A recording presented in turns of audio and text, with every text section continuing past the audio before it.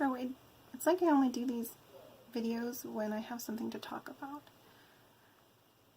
It's really uncomfortable for me to get in front of the camera.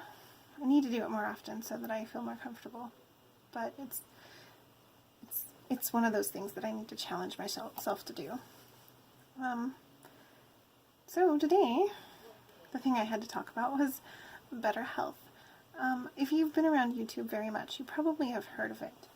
The long and short of it, better health is a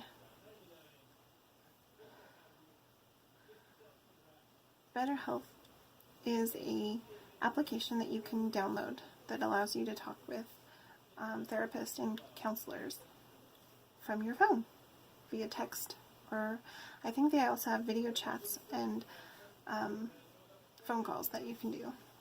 And it's a paid-for service, just like going to a face-to-face counselor, only you can do it in your home or office or in your car, wherever you're comfortable to do it.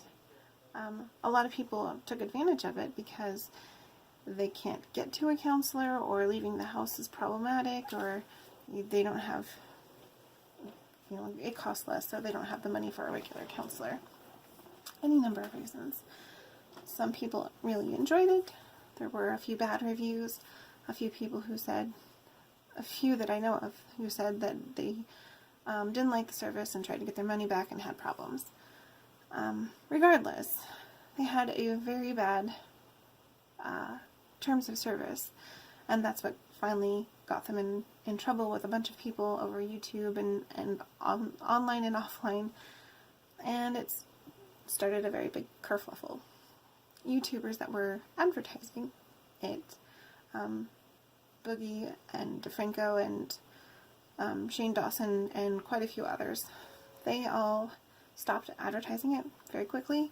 DeFranco did, went to their offices and talked to them, and they changed their terms of service because they realized how poorly written the terms of service were and how bad it made them look.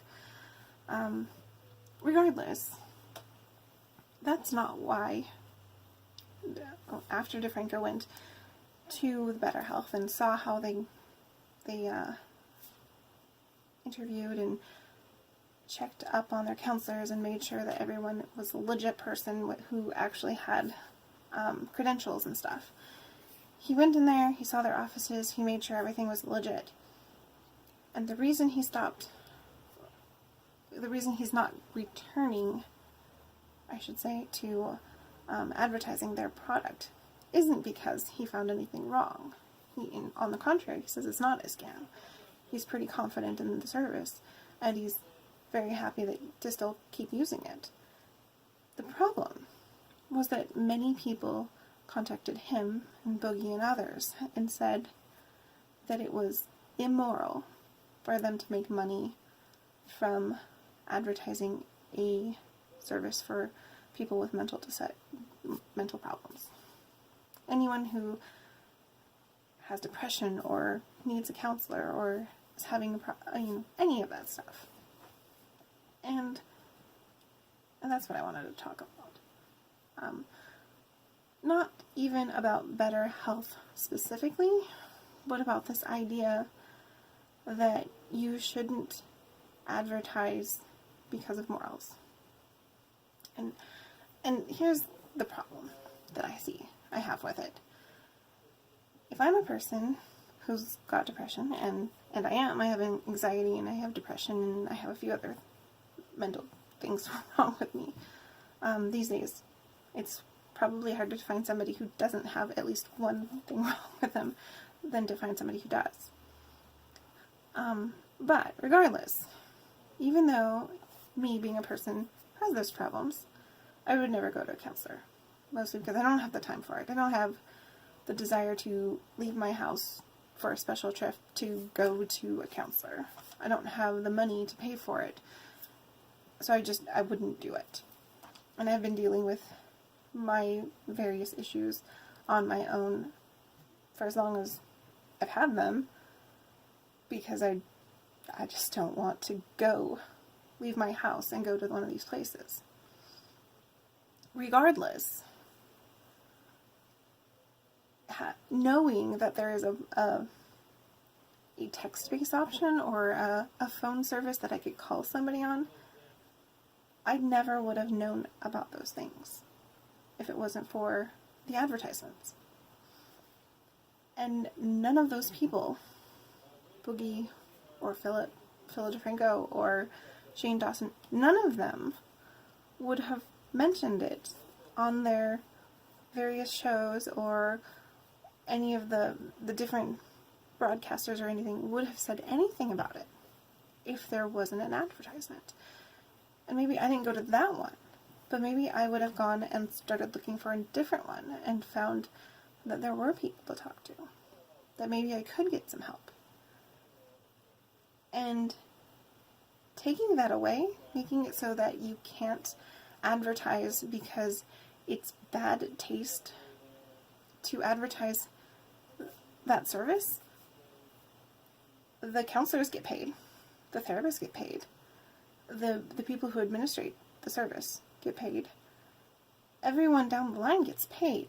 Are they supposed to start doing it for free? How are they supposed to be doing that for free?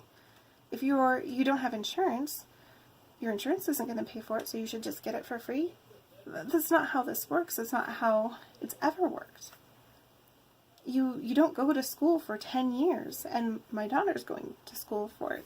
She's been going to school off and on for the last 5 years already, and she's working very hard to get her degree in being a counselor, and she has to pay for it. So you can't get out of that and then not be paid for it. I mean, if I can go down to a burger joint and get paid, and pay money for a hamburger, that counselor is offering me a far better service than the hamburger joint, depending on your point of view. But I have to pay for the hamburger, so of course I have to pay it for something worth more than the hamburger. But if you don't allow people to advertise that thing, how do people know it exists? How do they get paid? How do they get help? So it seems like you're shooting yourself in the foot. You are taking away advertising for something that can help people. And maybe it's not this thing. Maybe better health is a problem, and that service has issues, and maybe we shouldn't advertise that one. What about the next one? Or the next one after that? What if it's a doctor who actually knows how to cure something and says, come to my clinic and I will cure you of this thing? Are we not allowed to take advertisement dollars from that doctor just because it's a medical service and we shouldn't be making money off of that sort of thing? It doesn't make any sense. People need these services. Advertisers are not going to advertise without being paid. They don't do it out of the goodness of their heart most of the time. Some of them, like Boogie and DeFranco, will probably mention them occasionally on their blogs and say, if you're interested, go use this thing. But it's like the suicide hotline. You hear about it once a year when it's National Suicide Hotline Day. And then the rest of the time, the only time you see it or hear about it is when you're searching on how to kill yourself on Google. I'm not monetized, so I can say pretty much whatever I want. Regardless, you can't help people if you don't let them know about things. So I just don't understand why you would say this. And I am coming from a place where I hate commercials. I despise commercials. I will not watch TV because of commercials. I don't watch anything unless it's on Netflix or recorded on a DVR, because I refuse to watch a single commercial ever. I don't watch them on YouTube. I will pay extra to get rid of them. I don't have them on Twitch, which I spend a lot of time on because I have Amazon Prime. I hate commercials. But if it's a commercial that's going to help a person, I would rather that be on my screen than some half-naked girl selling a burger. or a car commercial, or a Nike commercial. Or, well, I guess, why is it so great to take money from all of these products for you to consumer products, razors and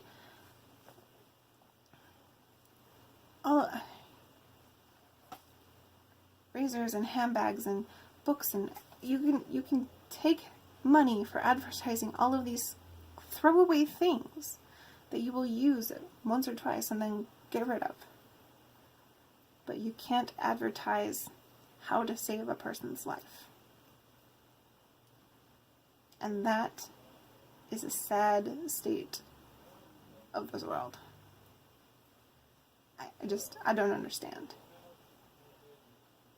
But anyway, I just wanted to get that off my chest. You have a good night.